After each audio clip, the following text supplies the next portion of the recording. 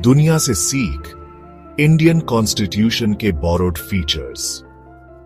Indian constitution बनाने वालों पर दूसरे डेमोक्रेटिक नेशंस के बेस्ट प्रैक्टिसेस का असर था। उन्होंने अलग अलग कॉन्स्टिट्यूशंस को ध्यान से पढ़ा और उन फीचर्स को शामिल किया जो उन्हें इंडियन कॉन्टेक्स्ट के लिए सूटेबल लगे। यह बोरोइंग सिर्फ एनक्यूएल नहीं थी, यह दूसरे डेमोक्रेसीज की सक्सेसेस और फेलियर से सीखने की एक कॉन्शियस एफर्ट थी।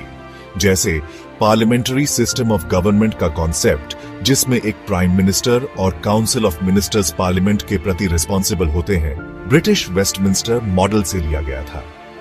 इंडियन कॉन्स्टिट्यूशन में दिए गए fundamental rights United states bill of rights से इंस्पायर थे, लेकिन स्ट्रॉन्ग सेंटर वाले फेडरल सिस्टम का आइडिया कनेडियन मॉडल से इंस्पायर्ड था। इस सिस्टम का मिक्सड स्टेट्स को ऑटोनॉमी देते हुए इंडिया की यूनिटी और इंटेग्रिटी को बनाए रखना था। आयरलैंड से इंडिया ने directive principles of state policy का कॉन्सेप्ट लिया, जो गवर्नमेंट के लिए सोशल और इकोनॉमिक वेलफेयर को बढ़ावा देने के गाइडलाइंस हैं। इंडियन कॉन्स्टिट्यूशन अपने फ्रेमर्स की विजन और विजडम का प्रमाण है।